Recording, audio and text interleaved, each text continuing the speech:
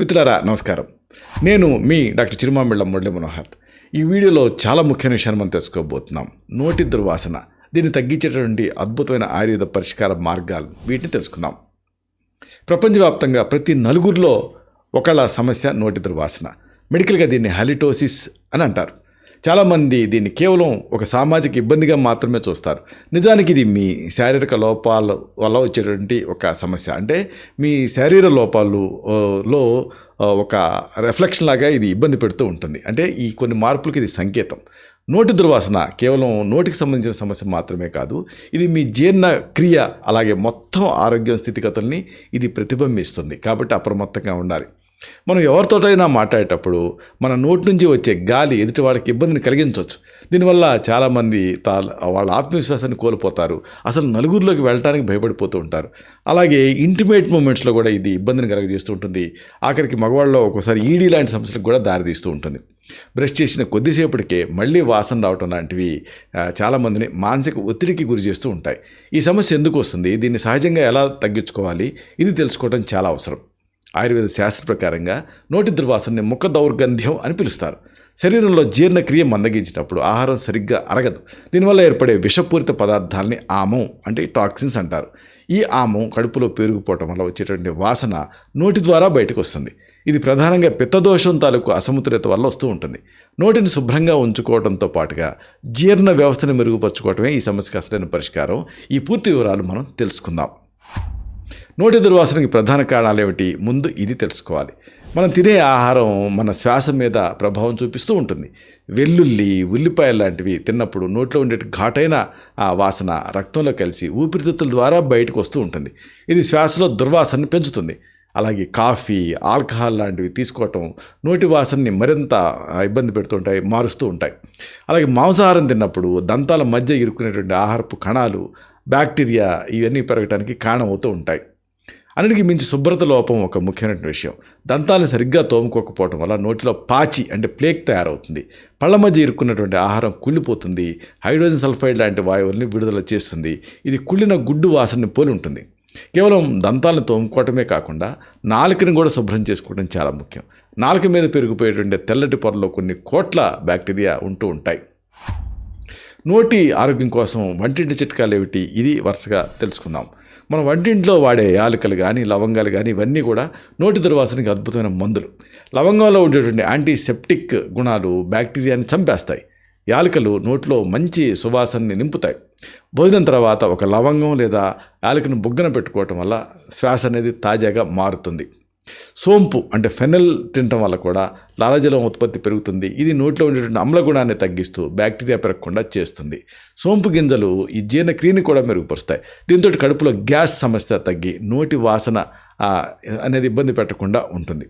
అలాగే దాల్చిన చెక్క ముక్కని నోట్లో పెట్టుకొని నమలటం వల్ల కూడా నోట్లో ఉండే క్రిములు నశిస్తాయి, లాలాజలం ఊరుతుంది. దుర్వాసనని తరిమి కొట్టేటువంటి జీవనశైలి మార్పులు కూడా మీరు తెలుసుకోవాలి. రోజు తగినంత నీళ్లు తాగటం వల్ల నోరు తేమగా ఉంటుంది.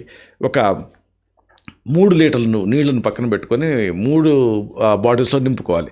రోజు మొత్తం కూడా ఇవి తాగేలాగా చూసుకోవాలి. ఇలాగా ప్రతి 2 గంటలకి ఒక గ్లాస్ నీళ్లు తాగుతూ ఉంటే నోటి దుర్వాసన ఇబ్బంది పెట్టకుండా ఉంటుంది. నోరు తేమగా ఉంటుంది. ఇది లాలాజల ఉత్పత్తిని పెంచుతుంది. నోట్లో ఉండేటువంటి ఆహారపు కణాలని, బ్యాక్టీరియాని నీరు బయటికి పంపిస్తుంది. భోజనం చేసిన తర్వాత తప్పనిసరిగా నోటిని బాగా పుక్కిలించాలి, అలాగే ఉమ్మేయాలి. ఇది కూడా అలవాటు చేసుకోండి. ఇది దంతాల మధ్య ఆహారం చేరకుండా నివారిస్తుంది. రోజుకి 2 సార్లు దంతాలను తోముకోవడం కూడా తప్పనిసరి. ఉదయం నిద్రలావగానే అలాగే రాత్రి పడుకునే ముందు బ్రష్ చేయాలి. మెత్తటి బ్రష్ ఉపయోగించి చిగుళ్ళకి దెబ్బ తగలకుండా తోముకోవాలి. అలాగే నాలుకని క్లీన్ చేసుకోవడం ముఖ్యం. దీనికోసం టంగ్ క్లీనర్ వాడాలి. తీపి పదార్థాలు తిన్న వెంటనే నోరు కడుక్కోవటం అనేది చాలా ముఖ్యం. కడుక్కోవటం వల్ల బ్యాక్టీరియా పెరగకుండా ఉంటుంది. ఈ నోటి దుర్వాసనకు సంబంధించి ఆయుర్వేద ఔషధాలు చాలా ఉన్నాయి. చక్కటి పరిష్కారాన్ని చూపిస్తాయి. వీటిని వైద్య సలహాతో వాడుకోవచ్చు. ఇలాంటి వాటిలో ముఖ్యంగా మనం చెప్పుకోవాల్సినటువంటి ముందుగా చెప్పాల్సినటువంటి ఒక ఆయుర్వేద ఔషధం ఉంది. ఇదే ఖదిరాది వటి. నోటి దుర్వాసనకి ఆయుర్వేదంలో ఇది చాలా ప్రసిద్ధి చెందినటువంటి ఔషధం. దీంట్లో కవిరి అంటే ఖదిర అనే చెట్టు బెరడుతోటి ప్రధానంగా దీన్ని తయారు చేస్తారు. చిగుళ్ళవాపు, నోటిపోత, దుర్వాసన ఉన్నప్పుడు ఈ ట్యాబ్లెట్ని రోజుకి 2 లేదా 3 సార్లు బొగ్గన పెట్టుకొని కొరికి చప్పరిచ్చి మింగుతూ ఉండాలి. ఇది నోటి లోపల ఉండేటువంటి చెడు బ్యాక్టీరియాని నాశనం చేసి చిగుళ్ళను దృఢంగా మారుస్తుంది. నోట్లో ఉండే విషతుల్యమైనటువంటి ఆమాన్ని తొలగించి శ్వాసను తాజాగా ఉంచుతుంది. త్రిఫల చూర్ణం గురించి మరీ మనం చెప్పుకోవాలి. కరక్కాయ, తానికాయ, ఉసిరికాయల మిశ్రమమే ఈ త్రిఫల చూర్ణం. రాత్రి పడుకునే ముందు 1 టీ స్పూన్ త్రిఫల చూర్ణాన్ని గోరువెచ్చని నీళ్ళ కలిపి ఇంటర్నల్గా తాగాలి. ఇది మలబద్ధకాన్ని వదిలించి జీర్ణ వ్యవస్థని శుభ్రం చేస్తుంది. కడుపు శుభ్రంగా ఉంటే నోటి దుర్వాసన రాదు. అలాగే 1 గ్లాసు నీళ్ళలో త్రిఫల చూర్ణం కలిపి మరిగించి ఆ నీటితో నోటిని పుక్కిలించాలి. దీంతో చిగుళ్ళలో ఉండేటువంటి ఇన్ఫెక్షన్ కూడా తగ్గుతుంది. ఇరిమేదాది తైలం అనేది కూడా నోటి దుర్వాసన తగ్గించే మంచి మందు. ఇది నోటి ఆరోగ్యానికి సంబంధించిన ఒక ప్రత్యేకమైన నూనె. ప్రతిరోజు ఉదయం 5 నుంచి 10 మిల్లీలీటర్ల నూనెని నోట్లో పోసుకొని 5 నిమిషాల పాటు పుక్కిలించి ఉమ్మేయాలి. దీన్ని ఆయిల్ పుల్లింగ్ అంటారు. ఇది ఆ దంతాల మధ్య ఉన్న పాచిని తొలగించేస్తుంది. చిగుళ్ళ నుంచి రక్తం కారటం, పళ్ళ నొప్పి ఇలాంటి వాటిని తగ్గిస్తూ నోటి దుర్వాసన శాశ్వతంగా నివారిస్తుంది. యాలకులతో తయారైన ఏలాది వట్టి కూడా నోటి దుర్వాసనకు ఒక మంచి మందు. యాలకులు ప్రధానంగా ఉండే ఈ ఔషధం నోటి వాసన పోగొట్టుకోవడానికి చాలా బాగా పనిచేస్తుంది. జీర్ణక్రియ మందగించినప్పుడు కానీ లేదా గొంతులో అసౌకర్యంగా ఉన్నప్పుడు కానీ ఈ మాత్రలను వాడచ్చు. వీటిని రోజుకి 2 సార్లు చప్పరించడం వల్ల నోట్లో ఉండేటటువంటి బ్యాక్టీరియా నశించి మంచి వాసన వస్తుంది. ఇది పిత్త దోషాన్ని తగ్గించి కడుపులో మంట అంటే ఇన్ఫ్లమేషన్ నివారిస్తుంది.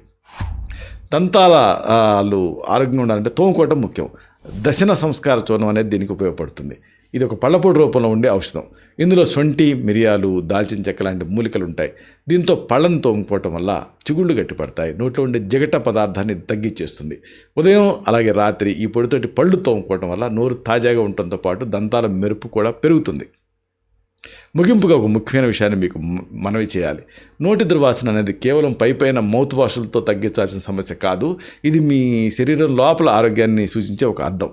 సరైన ఆహారం తీసుకోవటం, తగినంత నీళ్లు తాగటం, ఇంకా నోటిని శుభ్రంగా ఉంచుకోవటం ద్వారా ఈ సమస్యను సులభంగా జయించవచ్చు. వంటింట్లో దొరికేటువంటి యాలకులు, లవంగాలు లాంటి సహజ సిద్ధమైన పరిష్కారాలు మనకు అందుబాటులో ఉన్నాయి. జీర్ణ వ్యవస్థను మెరుగుపరుచుకోవటం ద్వారా మన ఆరోగ్యాన్ని మనం ఇంప్రూవ్ చేసుకోవడం ద్వారా చక్కటి శ్వాసను పొందొచ్చు. మనం నలుగురితో మాట్లాడేటప్పుడు మన నోటి నుంచి వచ్చేటటువంటి శ్వాస ఆహ్లాదకరంగా ఉంటే మన ఆత్మవిశ్వాసం రెట్టింపు అవుతుంది. ఆరోగ్యకరమైన అలవాట్లు కేవలం రోగాన్ని దూరం చేయడం మాత్రమే కాకుండా మన వ్యక్తిత్వాన్ని కూడా మెరుగుపరుస్తాయి. శ్వాస తాజాగా ఉంటేనే మన మాటలకు విలువ ఉంటుంది. పరిశుభ్రమైనటువంటి నోరు ఆరోగ్యకరమైన జీవితానికి మొదటి మెట్టు. ఇలాంటి మరిన్ని ఇన్ఫర్మేటివ్ వీడియోస్ కోసం మీ ఛానల్ సబ్స్క్రైబ్ చేసుకోండి. అలాగే ఈ వీడియోలు అప్లోడ్ అవడంతోనే ఆ విషయం మీకు తెలియాలనుకుంటే బెల్ బటన్ క్లిక్ చేయండి. అప్పుడు మీకు ఒక నోటిఫికేషన్ వస్తుంది. ఆ నోటిఫికేషన్ మీరు క్లిక్ చేస్తే ఆ వీడియోని మిస్ కాకుండా చూడగలుగుతారు. అలాగే ఈ వీడియో మీకు నచ్చితే లైక్ చేయండి. అప్పుడు ఇది మరింత ఎక్కువ మందికి రికమెండ్ అవుతుంది.